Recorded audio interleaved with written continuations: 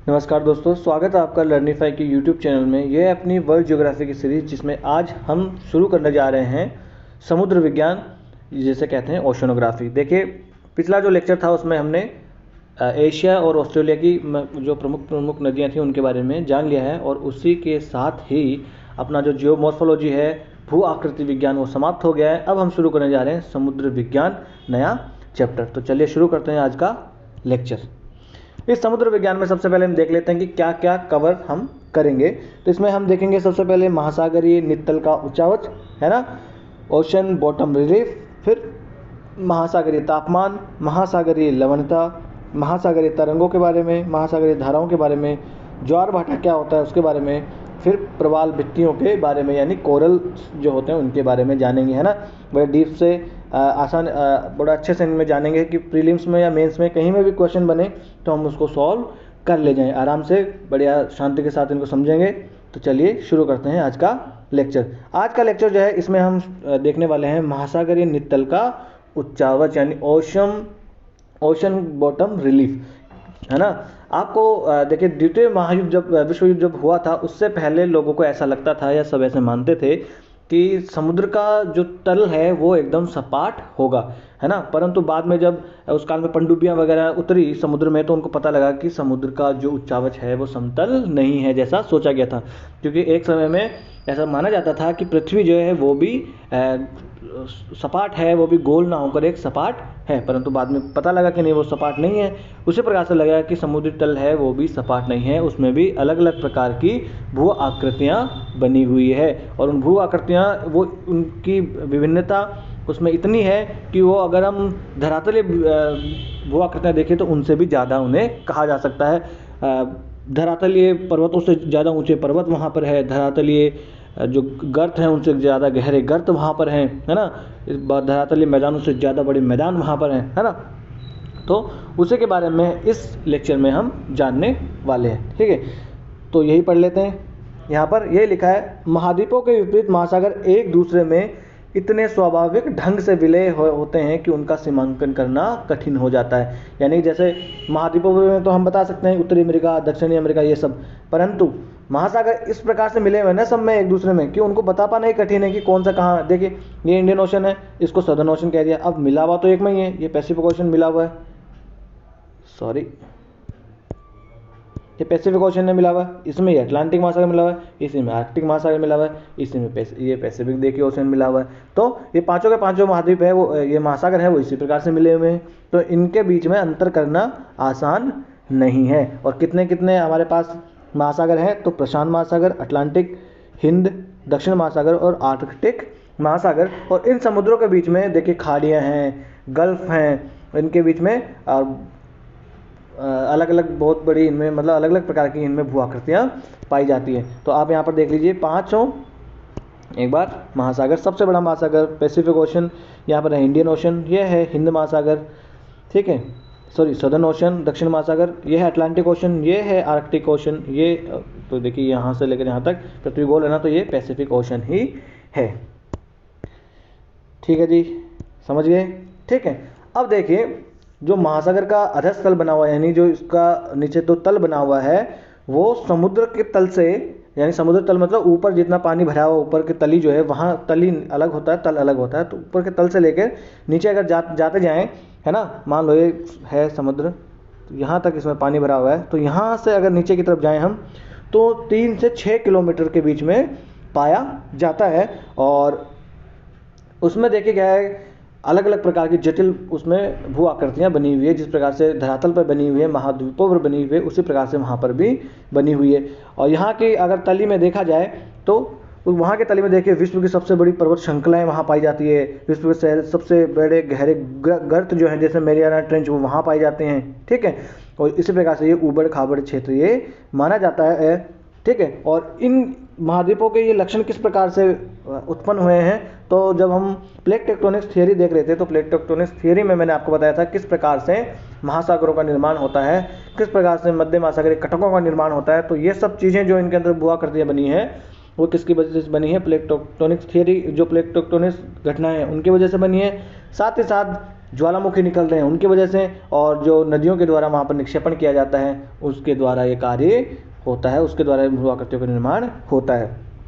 अब देखिए महासागर का जो नितल है उसको, यानी जो ओशन फ्लोर है उसको हम कितने भागों में बांट सकते हैं, है ना, उसका जो बॉटम उसको कितने भागों में बांटा जा सकता है, तो मुख्य रूप से उसको 4 भागों में बांटा जा सकता है। एक है महाद्वीपीय शेल्फ यानी महाद्वीपीय मग्न तट, महाद्वीपीय ढाल। देखिए अगर एनसीईआरटी में महाद्वीपीय शेल्फ लिखा ना शेल्फ, तो आप एग्जाम में भी महाद्वीपीय शेल्फ लिख सकते हैं। फिर महाद्वीपीय ढाल, फिर गहरे समुद्री मैदान होते हैं वो, और महासागरीय गंभीर मैदान, और एक होते हैं मध्य महासागरीय कटक। अगर मोटा मोटी यहाँ पर देखा जाए तो मैं आपको समझा दूँ 3 भागों में बांटा जा सकता है। एक तो महाद्वीप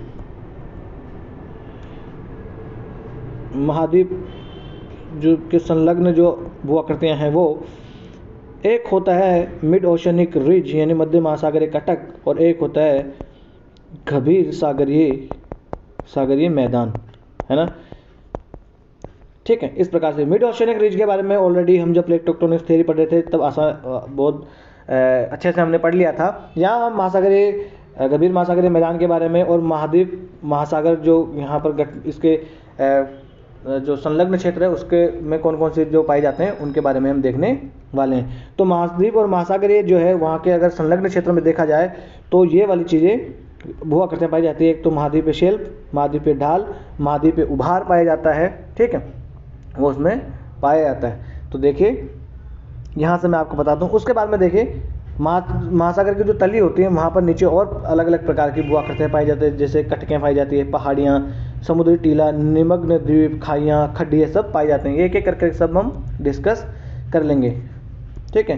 अब अगर हम आ जाए सबसे पहले तो महाद्वीपीय शेल्फ या महाद्वीपीय मग्न तट भी इसे कहते हैं। तो महाद्वीपीय मग्न तट में हम आ जाएं तो देखिए ये है महाद्वीप का वाला क्षेत्र, और फिर यहाँ से थोड़ा सा हल्का सा इसमें ढाल होता है। उस जो कम ढाल वाला क्षेत्र होता है जिसकी ढाल जो है 1 डिग्री से लेकर 3 डिग्री तक की उसका ढाल होता है, वो वाला जो क्षेत्र होता है उसे कहते हैं महाद्वीपीय मग्न तट, ठीक है। उसके बाद देखिए महाद्वीपीय मग्न तट जो है ये कहाँ पर समाप्त हो जाता है। महाद्वीपीय मग्न तट की जो शेल्फ अवकाश का एक क्षेत्र होता है वहाँ पर ये समाप्त हो जाता है, यानी ये वाले क्षेत्र पर ये समाप्त हो जाता है। उसके बाद में क्या होता है, महाद्वीपीय ढाल शुरू होती है जो बहुत ही उसकी ढाल बहुत ज़्यादा होती है ना। अब देखिए एक बार ये वाले चित्र में आप समझिए, ये वाला जो है ये है महाद्वीप, है ना। इस महाद्वीप में ये जो है बने हुए तटीय मैदान, और ये जो क्षेत्र बना हुआ है जो कम ढाल वाला है ये है महाद्वीपीय मग्न तट।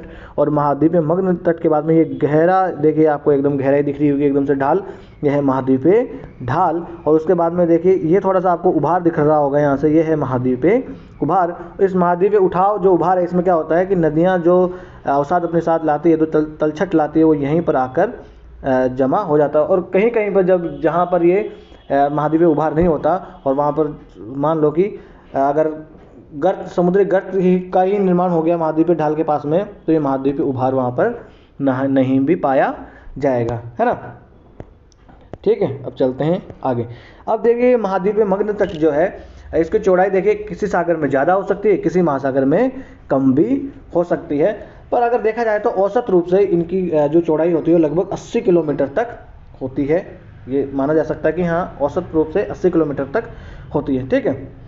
अब देखिए कुछ जो सीमा बनी होती है उन सीमांतों के साथ तो शेल्फ पाए ही नहीं जाते, या अगर पाए जाते हैं तो बहुत ही संकीर्ण पाए जाते हैं। जैसे अगर देखा जाए चिली और सुमात्रा का तट देखा जाए, है ना, चिली और सुमात्रा का तट देखा जाए तो वहाँ पर महाद्वीपीय मग्न तट जो है वो तो है ही नहीं वहाँ पर। और अगर सबसे बड़ा देखा जाए तो आर्कटिक महासागर में साइबेरियन शेल्फ जो दिख रहा होगा आपको, ये देखिए साइबेरियन शेल्फ, ये सबसे बड़ा है जिसकी चौड़ाई 1500 किलोमीटर तक है ना।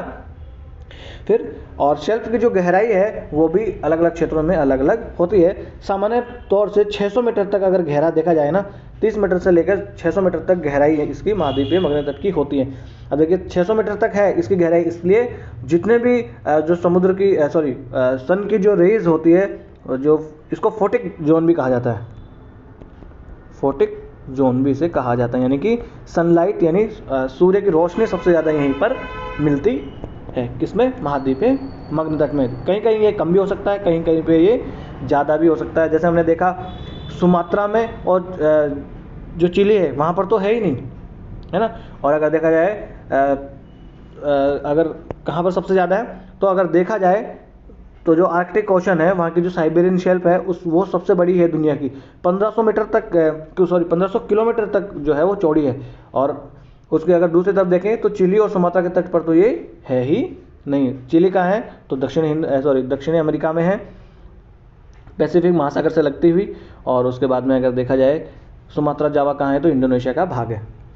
ठीक, अब देखिए अब महाद्वीप पे जो शेल्फ होते हैं, जो महाद्वीप में मग्न तट होते हैं, वहाँ पर अवसाद जो है इसकी मोटाई भी अलग अलग होती है ना। और ये अवसाद यहाँ पर आके कहाँ से इकट्ठा होंगे, यहाँ पर जो अवसाद इकट्ठा होंगे वो होंगे जो नदियाँ लाई हैं, जो नदियाँ यानी ग्लेशियर्स जो लेके आते हैं। ग्लेशियर्स आप सोचोगे सर ग्लेशियर कहाँ से लेके आ जाएंगे नदियों या समुद्र तक, तो आप सीधा अपने यहाँ वाली जो है स्थिति कल्पना मत कीजिए दिमाग में। अगर ऐसा भी क्षेत्र है जहाँ पर सीधा महासागर से लगता हुआ ही समुद्र, जो महासागर से लगता हुआ ही एकदम वहाँ पर ग्लेशियर्स हैं, है ना। आर्कटिक ओशन में ऐसा है कि नहीं, आर्कटिक ओशन में ऐसा है।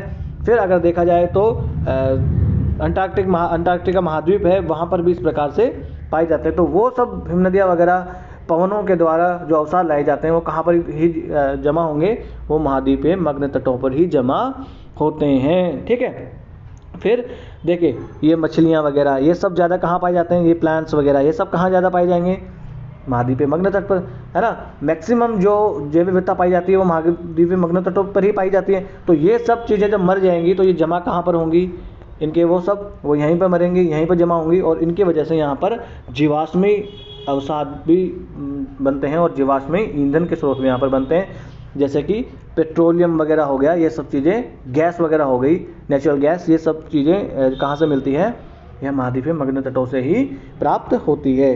ठीक है, अब अगर हम देख लें कि महाद्वीपीय मग्न तट से कौन कौन से संसाधनों की प्राप्ति हमें होती है। एक मिनट पानी पी लो। तो सबसे मोटा मोटी तो पेट्रोलियम में क्या आ गया, पेट्रोलियम में देखिए आप जो भी उसमें उसके सारे आ गया, उसमें नेचुरल गैस भी आ गई है ना।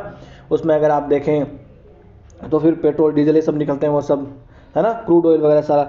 तो अगर दुनिया का 90% पेट्रोलियम अगर देखा जाए तो कहाँ से मिलता है, वो महाद्वीपीय मग्न तटों से ही प्राप्त होता है। और अगर कहीं महाद्वीप से मिल भी रहा है आपको, तो वहाँ पर एक ना एक समय में अवश्य ही वहाँ पर समुद्र रहा होगा, महासागर वहाँ पर रहा होगा। अब अगर देखा जाए, आपने कह दिया सर कि 90% पाए जाते हैं दुनिया के, अगर एग्जाम्पल तो बताओ कोई, तो एग्जाम्पल बताएंगे, बिल्कुल बताएंगे। तो बॉम्बे हाई है ना, खंबात की खाड़ी भारत में, बॉम्बे हाई और खंबात की खाड़ी भारत में। और भारत में सबसे ज़्यादा पेट्रोलियम कहाँ से निकाला जाता है, बॉम्बे हाई से, है ना, फिर खंबात की खाड़ी से। फिर देखा जाए तो फारस की खाड़ी, उत्तरी सागर देखा जाए, बेरेंट सागर, मैक्सिको की खाड़ी, इन सब चीज़ों से, इन सब जो महाद्वीपीय मग्न तट हैं इनके, वहाँ से हमें क्या प्राप्ति होती है, पेट्रोलियम की। और अन्य जो महासागरीय जो संसाधन होते हैं उनकी प्राप्ति होती है। जैसे सल्फर की प्राप्ति होती है सबसे ज़्यादा मैक्सिको की खाड़ी से। सल्फर जो है बड़ा इंपॉर्टेंट है आज की जो एनर्जी नीड्स है उसके लिए, और इस, है ना। अब देखा जाए कुछ गैस के फील्ड्स वगैरह है, गैस और पेट्रोलियम की फील्ड्स वगैरह जो फारस की खाड़ी के आसपास और जो अरब क्षेत्र है वहाँ पर हैं। तो देखिए अहवाज फील्ड, गचसरन मैदान, मारून मैदान, बंगिस्तान, अकजारी, करंज पारसी तेल, रंग सफ़ीद, बीबी हकीमें, डार्कविन, पंजानन, इनमें से एक या दो आपको याद रह जाए या आपके दिमाग में एक बार पढ़े हों कि प्रीलिम्स में कहीं पूछ ले कि ये कहाँ है, तो आप बता पाओ। और एग्जाम्पल देना हो एग्जाम में, यूपीएससी मेंस में, तो आप एक दो का एग्जाम्पल दे पाओ। एक या तो सफाविया बेसिन याद रख लेना, ये याद होने वाला है, ये सऊदी अरबिया में है सफाविया बेसिन। और अहवाज फील्ड, गचसरन, मारून, बंगिस्तान आपको याद रह जाएगा एक, है ना। करंज पारसी, बंगिस्तान, करंज पारसी और सफाविया, 2-3 याद रख लो आप। तो बंगिस्तान, करंज पारसी और सफाविया बेसिन जो है यहाँ पर पाए जाते हैं फारस की खाड़ी के आसपास में। देखिए ये है पर्शियन गल्फ यानी फारस की खाड़ी, ये गल्फ ऑफ ओमान है, ये है हॉर्मुज स्ट्रेट, है ना। तो यहाँ पर ये जो आपको ग्रीन दिख रहा है ना, ये सब जो है पेट्रोलियम के भंडार यहाँ पर पाए जाते हैं। यहाँ पर आपको दिख रहा होगा सब पेट्रोलियम के भंडार पाए जाते हैं। जो लाल में दिख रहा है वहाँ पर नेचुरल गैस है, और जो ब्लैक में आपको दिख रहे हैं ये क्या है, ये है ऑयल फील्ड्स, है ना। इस प्रकार से देखिए ये सब जो है कहाँ पर पाए गए हैं, जो महाद्वीपीय मग्न तट है वहाँ पर पाए गए हैं। फिर अगर देखा जाए तो और क्या प्राप्ति होती है भाई, मछलियाँ कहाँ से मिलती हैं हमें, यहीं से मिलती हैं। महाद्वीपीय मग्न तट से ही तो मछलियाँ सबसे ज़्यादा मिलती है। सबसे ज़्यादा जो जैव विविधता होती है ओशंस में, वो कहाँ होती है? महाद्वीपीय मग्न तटों में ही होती है। तो मछलियाँ हमें मिलती है, झींगे वगैरह वो हमें यहाँ से मिलते हैं। कोरल रीफ्स कहाँ पाए जाते हैं? वो भी इधर ही पाए जाते हैं, महाद्वीपीय मग्न तटों पर ही पाए जाते हैं, क्योंकि उनको क्या चाहिए? शैलो वाटर चाहिए, है ना, यानी कम गहरा उथला उनको जल चाहिए, तो वो यहीं मिलेंगे, है ना। और अगर देखा जाए तो समुद्री घास वगैरह हमें यहाँ से मिलती है ना। इस प्रकार से बहुत सारे संसाधन हमें कहाँ से मिलते हैं? महाद्वीपीय मग्न तटों से हमें मिलते हैं, ठीक है।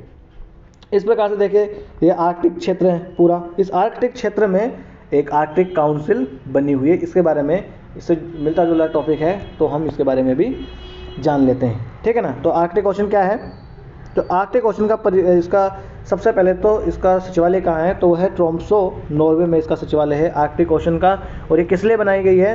तो प्रशासनिक क्षमता बढ़ाने के लिए, संस्थागत स्मृति के लिए, उन्नत संचार व्यवस्था, आउटरीच और सामान्य समर्थन प्रदान करने के लिए बनाई गई है। इसके कितने सदस्य हैं? इसके 8 सदस्य हैं। अब आप कहोगे सर भारत इसका सदस्य है कि नहीं है? तो भारत इसका सदस्य नहीं है। आर्कटिक काउंसिल देखिए कहाँ है, भारत कहाँ है, तो भारत सदस्य क्यों होगा उसका? हाँ, पर भारत जो है वो ऑब्जर्वर एक सदस्य के तौर पर इसका भाग है ना। तो एक ऑब्जर्वर है भारत इसका, पर इसका स्थायी सदस्य भारत नहीं है, भारत, ठीक है। फिर देखिए आर्कटिक परिषद के सदस्य में अगर देखा जाए तो Canada, Denmark, Finland, Iceland, Norway, रूस, स्वीडन और यूएसए इसके सदस्य हैं। इस प्रकार से 8 इसके सदस्य हैं जो आर्कटिक इसके ओशन के आसपास में हैं, वही इसके सदस्य होंगे। देखिए ये कनाडा है ना, और अलास्का है, तो ये यूएसए हो गया, ये सारा रशिया है इधर, है ना। इस प्रकार से यहाँ से डेनमार्क और सब नॉर्वे वगैरह इसके सदस्य देश हैं। याद कर लीजिए एक बार, कनाडा हो गया, देखिए अमेरिका में आप जाओगे तो कनाडा हो गया और यूएसए हो गया। फिर यहाँ पर आ जाओगे तो रशिया हो गया, फिर डेनमार्क हो गया, फिर फिनलैंड और आइसलैंड, तो ये तो होगा ही होगा यहाँ पर, है ना। फिनलैंड आइसलैंड तो होगा ही होगा। फिर स्वीडन, नॉर्वे, ये तीनों ये देश हैं वो तो होंगे ही होंगे, ठीक है। इस प्रकार से 8 देश इसके सदस्य हैं, ठीक है। आगे चलते हैं। अब देखिए भारत और आर्कटिक काउंसिल जो है इसके बीच में क्या क्या हुआ है, क्या क्या हम एंगेजमेंट उसके साथ कर रहे हैं। तो 1920 में स्वालबार्ड संधि एक साइन हुई थी, तो उस स्वालबार्ड संधि को हमने साइन किया था। अब आप कहोगे सर 1920 में तो हम आज़ादी नहीं हुए थे, तो भारत तो तभी था, ब्रिटिश इंडिया था ना, तो उसके प्रतिनिधि के तौर पर अंग्रेजों ने हमारे प्रतिनिधि के तौर पर साइन की थी स्वालबार्ड संधि, तो ये याद रख लेना, ठीक है। नॉर्वे में है स्वालबार्ड। उसके बाद में यहाँ से जानने वाली एक चीज़ है, ग्लोबल वार्मिंग की वजह से देखिए आर्कटिक क्षेत्र के जो बर्फ़ है वो पिघल रही है। और एक याद रखने वाली चीज़ है कि उसकी वजह से क्या हो रहा है कि वहाँ का जो एपेक्स, वहाँ का एक जानवर है, सबसे फ्लैगशिप स्पीसीज़ का जानवर है, कौन है? ध्रुवीय भालू। तो ध्रुवीय भालू जो है उसकी वजह से प्रभावित हो रहा है, उसका भोजन प्रभावित हो रहा है, क्योंकि वो जो आर्कटिक सील्स होती है वो जब बर्फ़ पिघलने की वजह से उनका शिकार वो नहीं कर पाता है, इसकी वजह से उसकी मौत हो रही है और वो प्रभावित हो रहा है, ये यहाँ पर जान लेना है।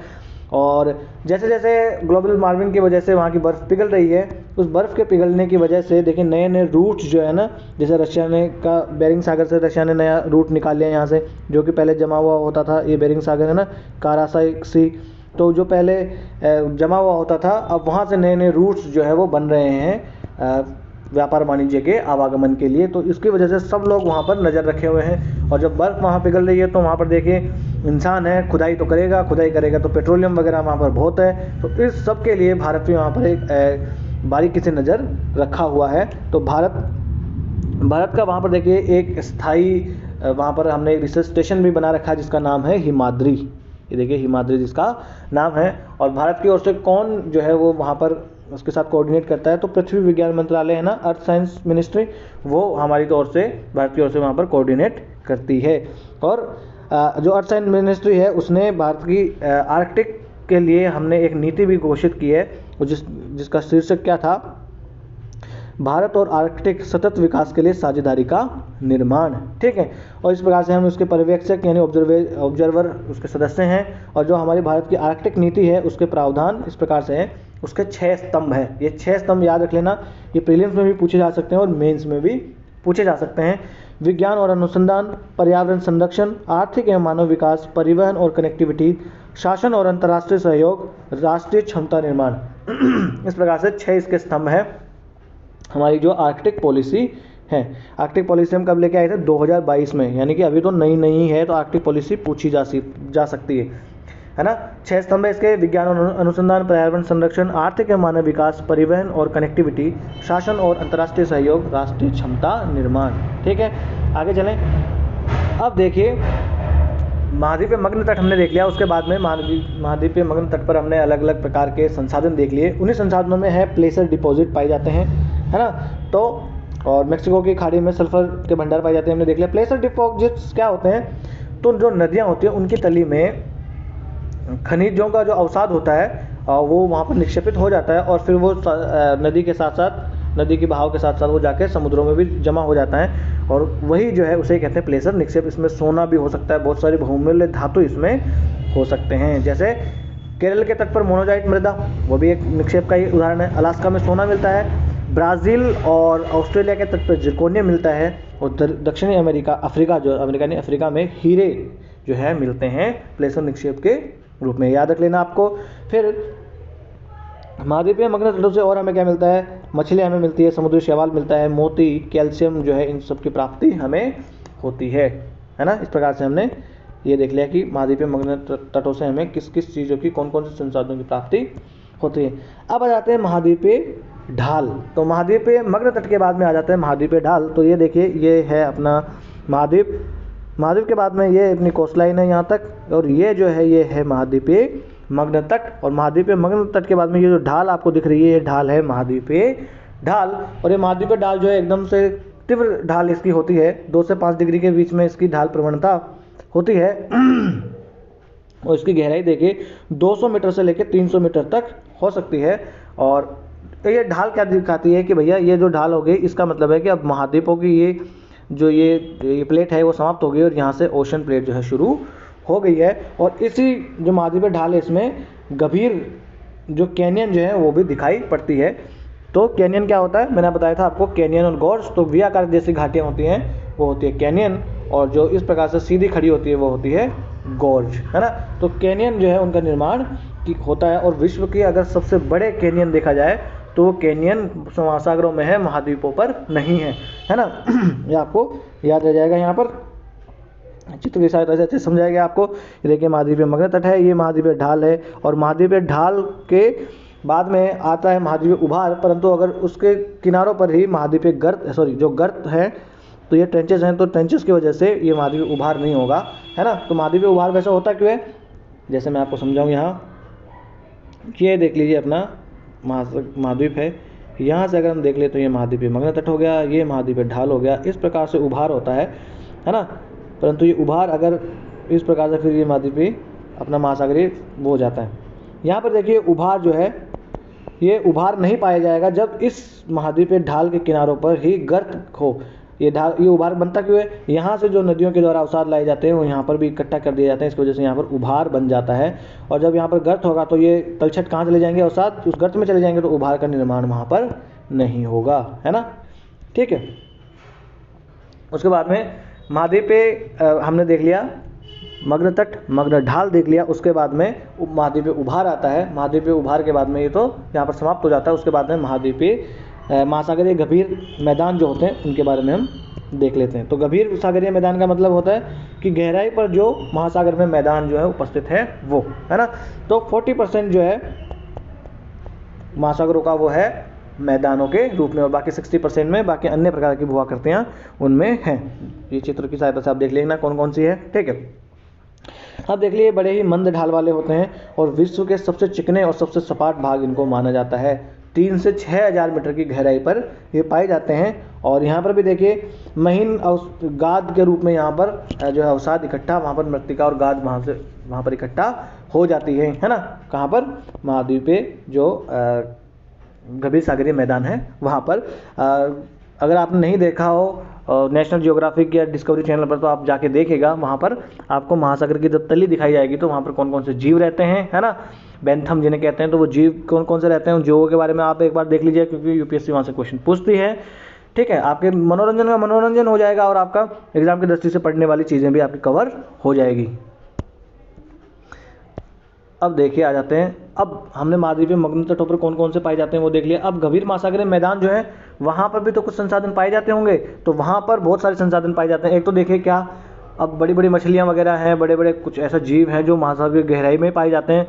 वो जीव जब मरेंगे तो उनकी हड्डियाँ जाकर कहाँ इकट्ठा होंगी, उनकी हड्डियाँ जाकर इकट्ठा होंगी उसी महासागरीय जो मैदान है गंभीर महासागरीय वहाँ पर इकट्ठा होंगी, है ना। इस प्रकार से वहाँ का जीवाश्म जो है वो इकट्ठा हो जा रहा है। साथ ही साथ यहाँ पर एक जानने वाली चीज़ है पॉलीमेटेलिक नोड्यूल्स के बारे में। ये देखिए है पॉलीमेटेलिक नोड्यूल, सॉरी ये फिसल जाती है, समझ रहे हैं आप।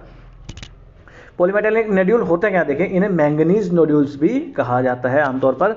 ये क्या होता है कि समुद्र तल में जो अलग अलग प्रकार के अपने जो तत्व होते हैं, जो भी धातु होते हैं, जो पदार्थ होते हैं, वो एक जगह इकट्ठा हो जाते हैं इनमें, और नोड्यूल्स के टाइप में, नोड्यूल मतलब गांठ के जैसे ऐसे बन जाती हैं, और इनमें अलग अलग प्रकार के इनमें जो है जो धातु वगैरह पाई जाते हैं इनमें, है ना, मूल्यवान धातुएं पाई जाती है।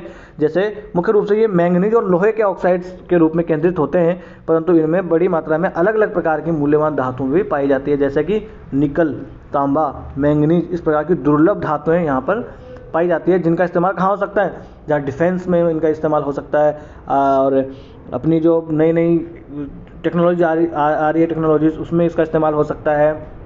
फिर अगर एनर्जी सेक्टर में इनका इस्तेमाल हो सकता है। और जो भारत ने 30 क्रिटिकल मिनरल जो बताए हैं, उन 30 क्रिटिकल मिनरल्स में भी जो शामिल तत्व है वो भी इनमें मिलते हैं पॉलीमेटेलिक नोड्यूल्स में। परंतु इनको प्राप्त करने के पीछे एक कठिनाई ये है कि ये बहुत गहराई में पाए जाते हैं, और उनको खोजबीन करना और फिर इनको बाहर निकालना, एक्सट्रैक्शन करना इतना आसान नहीं है।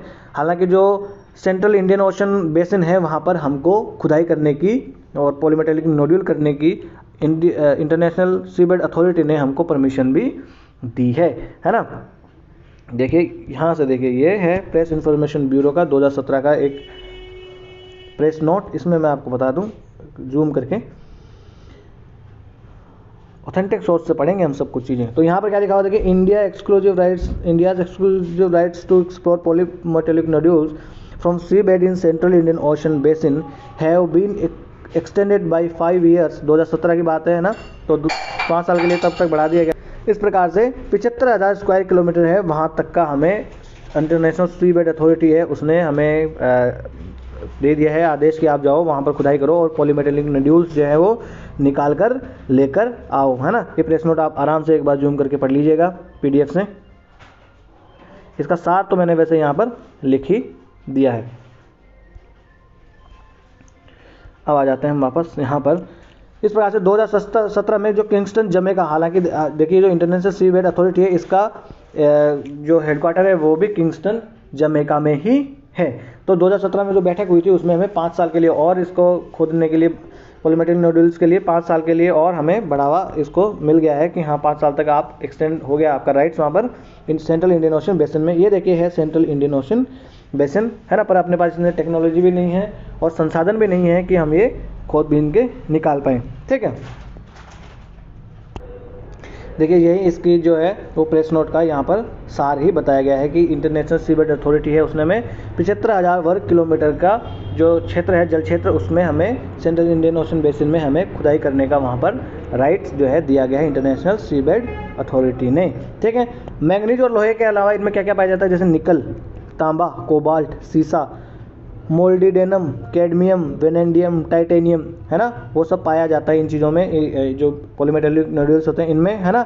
इनमें से अगर देखा जाए तो निकल, कोबाल्ट, तांबा और इस प्रकार की जो अपनी क्रिटिकल मिनरल्स भारत सरकार की जो माइनिंग मिनिस्ट्री है ना, उसने जो घोषित किए हैं वो भी शामिल है इनमें। देखिए जो 30 क्रिटिकल मिनरल्स है ना, इनकी लिस्ट मैंने माइनिंग मिनिस्ट्री की साइट से ही लेके आपको डाल दी है, कहाँ पर अपने टेलीग्राम चैनल पर भी है, वहाँ पर जाके आप एक बार देख लीजिएगा। आपके कान में या दिमाग में वो होने चाहिए, क्योंकि यूपीएससी प्रीलिम्स में पूछ सकते हैं कि इनमें से कौन से क्रिटिकल मिनरल्स हैं और क्रिटिकल मिनरल्स जो है वो कौन घोषित करता है। तो माइनिंग मिनिस्ट्री जो है ना उसने घोषित किए हैं 30 क्रिटिकल मिनरल्स, है ना। तो वह आप एक बार देख लीजिएगा। उनमें से कुछ ऐसे हैं वो जिनमें आप कंफ्यूज कर जाओगे, वो तो देख ही लीजिएगा, जैसे कि कॉपर, कोबाल्ट, निकल, ये जो हैं वो भी क्रिटिकल मिनरल्स माने गए हैं माइनिंग मिनिस्ट्री के द्वारा, है ना। फिर देखिए एक है United Nation Convention on the Law of Sea, United Nation Convention on the Law of Sea, है ना। ये क्या है, तो ये जो समुद्र जो है उनके संसाधनों को गवर्न करने के लिए, समुद्री सीमा को गवर्न करने के लिए एक संधि हुई थी 1982 में, है ना। 1983 या 85 में आके वो प्रभाव में फिर आ जाती है। इस प्रकार से 1994 में फिर ये प्रभाव में आती है अनक्लोज, है ना। तो ये अनक्लोज क्या है, वो नियम निर्धारित करता है कि कहाँ तक जो है आपका टेरिटोरियल वाटर है, कहाँ तक जो है आपका अधिकार होगा समुद्र में। और इसी जो ये संधि हुई थी इसी का पार्ट है इंटरनेशनल सीबेड अथॉरिटी भी। तो इसके बारे में जान लेते हैं। तो ये जो अनक्लोज है ये जो है विश्व के सागरों और महासागरों पर देशों का जो अधिकार है और उनके उत्तरदायित्व क्या क्या होंगे वो निर्धारित करता है।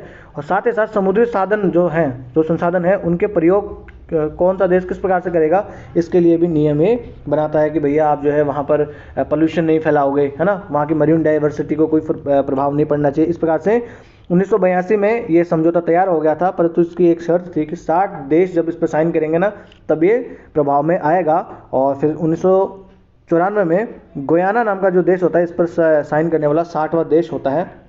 उसके बाद में 1994 में ये प्रभाव में आ जाता है और 2011 तक तो इसके 161 देश जो है सदस्य बन चुके हैं, है ना। अब देखिए मैं आपको बता दूं जो अनक्लोज ने जो समुद्री सीमाएं निर्धारित करी है वो समुद्री सीमाएं के बारे में जान लेते हैं। यूपीएससी यहाँ से भी क्वेश्चन पूछ चुकी है। तो यहाँ से देखिए ये है लैंड और इस लैंड में जो ये इंटरनल ये जो वाटर है ये तो है इंटरनल वाटर। फिर यहाँ से एक बेस लाइन जो है वो निर्धारित कर दी जाएगी। चलो मैं आपको यहाँ से बना के बताता हूँ। मान लीजिए ये अपना भारत है, अब तक हमें जानना है तो इतना ही मान लेते हैं, है ना।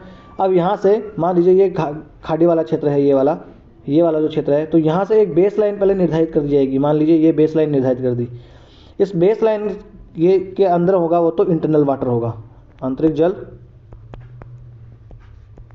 Internal water. ये है बेस लाइन या आधार रेखा, समझ गए आप, ठीक है। इस बेस लाइन से यहाँ पर 24 नॉटिकल माइल्स तक होगा, क्या होगा, 24 नॉटिकल माइल्स तक टेरिटोरियल वाटर यानी क्षेत्रीय जल होगा, ठीक है। अब एक मिनट में पेन दूसरा ले लेता हूँ ताकि आप आसानी से समझ पाओ। अब यहाँ से देखिए बेस लाइन से आगे सॉरी यहाँ पर देखिए 12 नॉटिकल माइल्स साइज, गलती से मिस्टेक हो गया, हाँ ये जो है 12 नॉटिकल माइल्स तक क्या है, ये टेरिटोरियल वाटर या क्षेत्रीय जल इसे कहते हैं, क्षेत्रीय जल। अब इसके बाद में बेस लाइन से जाओ तो 24 नॉटिकल माइल्स तक, और या यहाँ से अगर जाए हम जो टेरिटोरियल वाटर है उससे आगे 12 नॉटिकल माइल्स तक अगर हम चले जाएं तो इसे कहते हैं कॉन्टिग्युअस जोन। कॉन्टिग्युअस जोन या सन्निहित जोन भी कहते हैं, क्योंकि इससे लगा हुआ जोन है नहीं, तो इसे सन्निहित जोन भी कहते हैं। और फिर अगर देखा जाए तो यहाँ से 200 नॉटिकल माइल तक आगे अगर देखा जाए 200 नॉटिकल माइल्स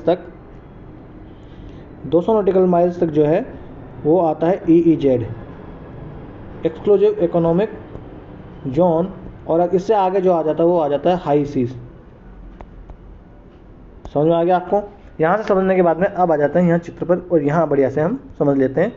यहाँ पर देखिए ये है इंटरनल वाटर, एक मिनट, ये है देखिए इंटरनल वाटर, ये जो आपको खाड़ी से दिख रही है ये है खाड़ी का जल हो गया। एक बेस लाइन से निर्धारित कर दी, इस बेस लाइन ये जो निर्धारित कर दी बेस लाइन ये वाली, इस बेस लाइन के पीछे है ये हो गया इंटरनल वाटर।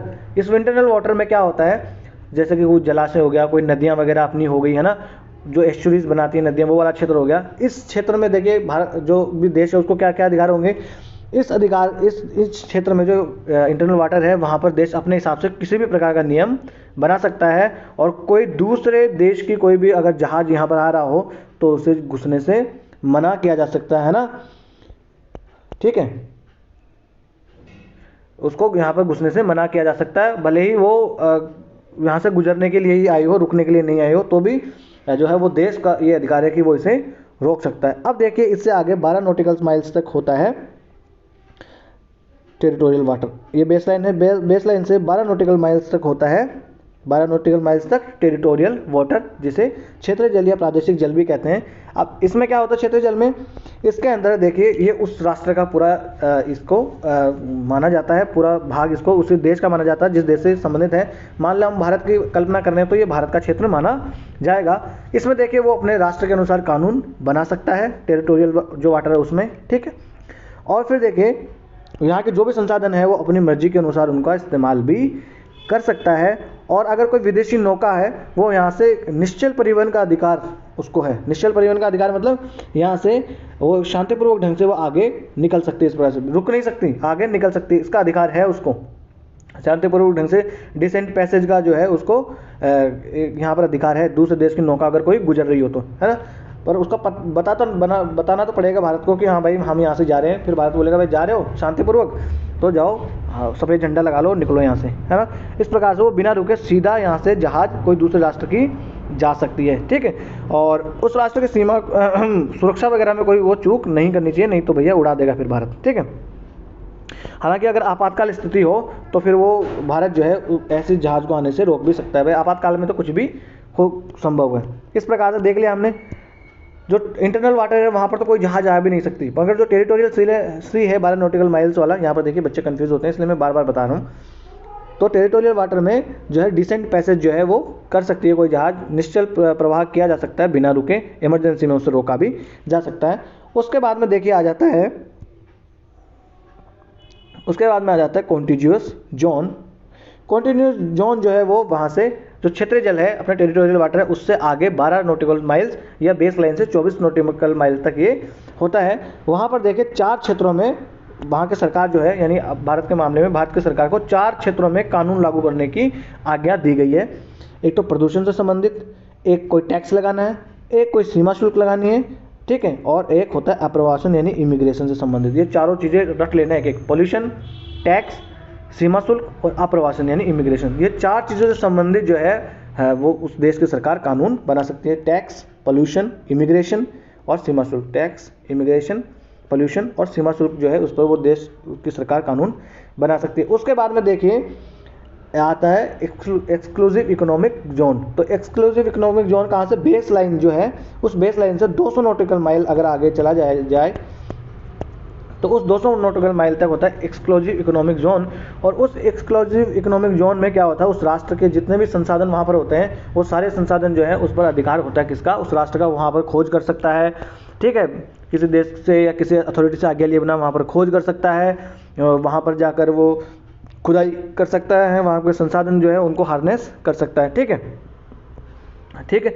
और चाहे वो समुद्र के तल से या उससे नीचे कहीं पर भी हो वो साधन वहाँ से निकल सकता है, मछली पकड़ सकता है, ठीक है। इस क्षेत्र से कोई विदेशी नौका है और विमान जो है वो खुली छूट के साथ निकल सकते हैं।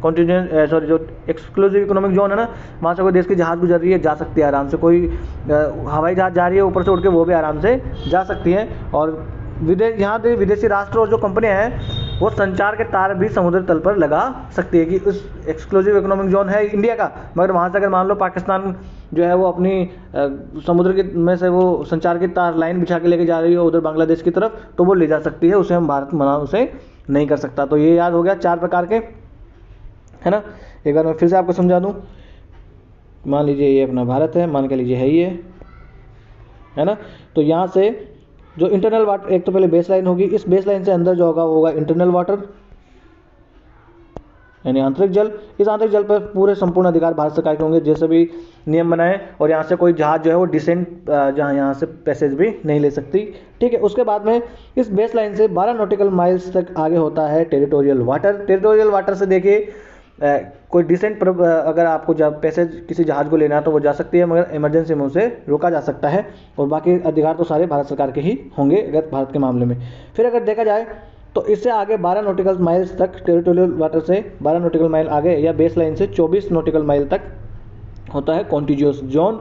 इस कॉन्टिन्यूअस जोन जो है वहाँ पर सारे अधिकार होंगे, 4 अधिकार होंगे, टैक्स से संबंधित होंगे, इमिग्रेशन से संबंधित, वहाँ पर होंगे, प्रदूषण से संबंधित होंगे और सीमा शुल्क से संबंधित अधिकार होंगे सरकार के पास में, ठीक है। और उससे आगे अगर देखा जाए यानी बेस लाइन से 200 नॉटिकल माइल तक देखा जाए तो ये है एक्सक्लूसिव इकोनॉमिक जोन, जहाँ से हर प्रकार की खुदाई जो है, चाहे वो मछली पकड़ना हो कि समुद्र की तली में जाके खोजबीन करना हो, सब खुदाई वुदाई देश कर सकता है। परंतु यहाँ से देखिए दूसरा देश है वो यहाँ से समुद्री लाइन जो है संचार की बिछा सकता है, यहाँ से समुद्री हवाई जो जहाज है वो जा सकती है, हवाई जहाज वगैरह जा सकती है, उसको सरकार रोक नहीं सकती। तो ये चारों चीज़ें देख ली, ठीक है, ये इंपॉर्टेंट है, याद रखना। अब आगे जाते हैं महासागरीय गर्त के बारे में, है ना। महाद्वीपीय मग्न तट, यहाँ पर देखिए महाद्वीपीय मग्न तट, महाद्वीपीय ढाल, ये कॉन्टिनेंटल राइज जो आपको दिख रहा है, ये जो अवसाद नदियाँ यहाँ ला के इकट्ठा करती है उसकी वजह से। ये एबेसल प्लेन जो है, इसका मतलब है जो गंभीर सागरीय मैदान है वो। और ये जो आपको दिख रहा है ये है ओशनिक ट्रेंचेस या गंभीर खाइयाँ जो होती हैं उन्हें महासागरीय गर्त जिन्हें कहा जाता है वो, ठीक है। ये महासागरीय गर्तों के सबसे गहरे भाग इन्हें माना जाता है। महासागरों के सबसे गहरे भाग कौन होते हैं? महासागरीय गर्त। और ये देखिए अपेक्षाकृत बड़े खड़े किनारों वाले होते हैं, जैसे दिख रहा होगा आपको ऐसे खड़े किनारे वाले, और बड़े संकीर्ण बेसिन ये माने जाते हैं। और 3 से 5 किलोमीटर तक की गहराई पर ये गहरे हो सकते हैं, ठीक है। महासागरीय ढाल के आधार तथा द्वीपीय चाप जो होते हैं उनके पास में स्थित होते हैं, और एक सक्रिय ज्वालामुखी तथा जो प्रबल भूकंप वाला क्षेत्र है वहाँ से ये संबंधित होते हैं। मैंने आपको जब प्लेट टेक्टोनिक्स थियरी बताया था तो मैंने आपको बताया था कि किस प्रकार से वहाँ पर जब दो प्लेटें एक दूसरे से टकराती है तो वहाँ पर एक जगह महासागरीय गर्त का निर्माण भी होता है ना। तो वहाँ से ये संबंधित है। अब तक लगभग 57 गर्त जो है वो खोजे जा चुके हैं, और सबसे ज़्यादा गर्त अगर पूछा जाए तो कहाँ है? वो प्रशांत महासागर में है, फिर अटलांटिक महासागर में है, और फिर हिंद महासागर में है, ठीक है ना। ये जो मेरियाना ट्रेंच नाम का एक गर्त है प्रशांत महासागर में, वो तो इतना गहरा है कि अगर आप जो अपना सबसे ऊंचा पर्वत चोटी मानी जाती है एवरेस्ट, उसको अगर उल्टा करके उसमें अगर फिट भी कर दो तो भी पूरा नहीं पड़ेगा, उससे भी ज़्यादा वो गहरा है ना। फिर आ जाता है मध्य महासागरीय कटक। मध्य महासागरीय कटकों के बारे में मैंने आपको ऑलरेडी जब प्लेट टेक्टोनिक्स थ्योरी पढ़ रहे थे वहाँ मैंने आपको बता दिए हैं, वहाँ जाके आप अच्छे से वहाँ पढ़ लेना। यहाँ पर हम जो है थोड़ा सा इसके बारे में जान लेते हैं बाकी, है ना। तो ये क्या है, जो मध्य महासागरीय कटकें होती है या क्या होती है कि सबसे पहले इसको तो मध्य महासागरीय कटक क्यों कहा जाता है?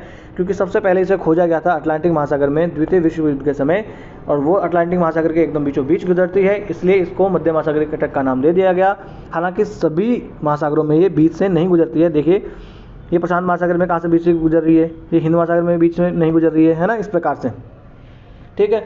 और इसका उदाहरण अगर देखा जाए तो आइसलैंड है जो मध्य अटलांटिक का भी एक भाग है ना। इसमें ऊंचे ऊंचे पर्वत शिखर भी इसमें पाए जाते हैं। और इसका निर्माण क्यों होता है? क्योंकि दो प्लेटें यहाँ से अलग होती है और यहाँ से ज्वालामुखी जो है वो निकलता रहता है, और इस प्रकार से इनका निर्माण होता है। बाकी गहराई से हमने प्लेट टेक्टोनिक्स थियरी वाले चैप्टर में इसको पढ़ा दिया था। चलिए आगे अब देखते हैं सी माउंट्स या समुद्री टीला क्या होता है। तो ये समुद्री टीले होते हैं क्या? नुकीले शिखरों वाले पर्वत समुद्र में होते हैं जो समुद्री तली से ऊपर की ओर उठा हुआ हमें दिखाई देता है, किंतु महासागरों की सतह तक वो नहीं पहुंच पाता है। उसे कहते हैं समुद्री टीला। और समुद्री टीले जो है वो ज्वालामुखी की वजह से उत्पन्न होंगे, और तो वहाँ पर कौन इकट्ठा करने जाएगा इतना वो, ठीक है। तो 3000 से 4500 मीटर तक ये ऊंचे हो सकते हैं। और एम्परर समुद्री टीला है, एम्परर सी माउंट कहाँ पाया जाता है? प्रशांत महासागर में, जो कि हवाई द्वीप का ही विस्तार इसे माना जाता है। और वो एक इसका अच्छा उदाहरण है सी माउंट का, क्या? एम्परर समुद्री टीला, एम्परर सी माउंट है ना, वो इसका एग्जांपल है। इस वाले यहाँ पर आप देखिए, यहाँ पर देखिए ये है वोल्केनिक आइलैंड है, ये अटोल्स का निर्माण भी होता है। ये है सी माउंट, देखिए इस प्रकार से सी माउंट बना हुआ आपको। ये सी माउंट ऊपर की ओर निकले होते हैं, परंतु वो समुद्र तल से ऊपर की तरफ नहीं निकल पाते हैं। यहाँ पर एक देखिए गुयोट्स जो होते हैं ये भी होते हैं, अभी गुयोट के बारे में पढ़ेंगे, ठीक है। फिर हो जाता है सबसे सपाट जलमग्न कैनियन, है ना। तो सपाट जलमग्न कैनियन मतलब ये जो सबमरीन कैनियन है ना उसे कहते हैं जलमग्न कैनियन। और इसका निर्माण किससे होता है? जो गहरी गहरी जो नदियाँ हैं, जो ज़्यादा नदियाँ पानी लाती है, वो नदियाँ लाके यहाँ पर जब अवसाद यहाँ की नीचे की ओर निक्षेपित करती है तो यहाँ पर ये कटाव करती है, और इसी अपरदन की वजह से इनका निर्माण होता है। और मैंने तब भी आपको बताया था थोड़ी देर पहले भी कि सबसे बड़े कैनियन जो है वो पृथ्वी पर ना होकर, मतलब धरातल पर ना होकर महासागरों में ही पाए जाते हैं। जो कोलोराडो नदी का ग्रैंड कैनियन मैंने आपको बहुत बार बताया, उससे भी बड़े ये दिखाई देते हैं, है ना। और हडसन कैनियन जो है ना वो विश्व का सबसे जाना माना कैनियन माना जाता है, याद रखना, हडसन कैनियन। और सी माउंट में कौन सा था? एम्परर सी माउंट। और ट्रेंच में मैरियाना ट्रेंच। एक एक तो आप याद रख लेना इनके उदाहरण। अब निमग्न द्वीप या गुयोट्स क्या होते हैं, इनका शिखर जो है वो चपटा होता है, और जो ये हमने ये देखा था समुद्री टीलों के शिखर जो है वो चपटे नहीं होते बल्कि नुकीले होते हैं। फ़र्क ये होता है, समुद्री टीले होते हैं यानी सी माउंट्स जो होते हैं, इंग्लिश में याद कीजिएगा। सी माउंट जो है मेंस में लिखने के लिए नहीं आएगा, बस उसमें आएगा प्रीलिम्स में। तो सी माउंट जो है उनके शिखर होते हैं नुकीले, और जो गुयोट्स होते हैं, गुयोट्स के शिखर होते हैं इस प्रकार से चपटे इनके शिखर होते हैं, और ये भी जल में समुद्र में रहते हैं, और ये भी समुद्र के ऊपर नहीं आते हैं। इस प्रकार से ये देखिए ये रहा, है ना। फिर होते हैं अटोल्स। अटोल्स क्या होती है कि प्रवाल यानी कोरल्स जो उनके द्वारा बनाई जाती हैं। इस प्रकार से देखिए ये बना ली जाती है अटोल, है ना। इस वजह से पूरा अटोल बना लिया जाता है और बीच में पानी रह जाता है जिसे लगून कहते हैं। चारों तरफ उसके ये जो कोरल्स होते हैं वो अपनी कॉलोनी बना लेते हैं। ये कोरल्स क्या होते हैं सब हम इसी चैप्टर में आगे जानेंगे, है ना। तो बस आज का लेक्चर यहीं समाप्त कर देते हैं। लेक्चर वैसे ही बहुत बड़ा हो गया है। इस लेक्चर की अगर आपको पीडीएफ चाहिए तो आप जाइए लर्निफाई अनलॉकिंग नॉलेज के नाम से टेलीग्राम पे अपना चैनल है, यहाँ से आप स्कैन भी कर सकते हैं। डिस्क्रिप्शन बॉक्स में उसकी लिंक भी दी हुई है। वीडियो अगर आपको अच्छा लगा हो तो लाइक कीजिए और सब्सक्राइब कर लीजिए चैनल को। और अगर आपको कोई सलाह लेनी हो या कोई सलाह देनी हो तो आप हमें कमेंट्स बॉक्स में लिख सकते हैं। बड़े ही लोकतांत्रिक ढंग से हम अपने इस छोटे से परिवार को आगे बढ़ाएंगे। नमस्ते, धन्यवाद।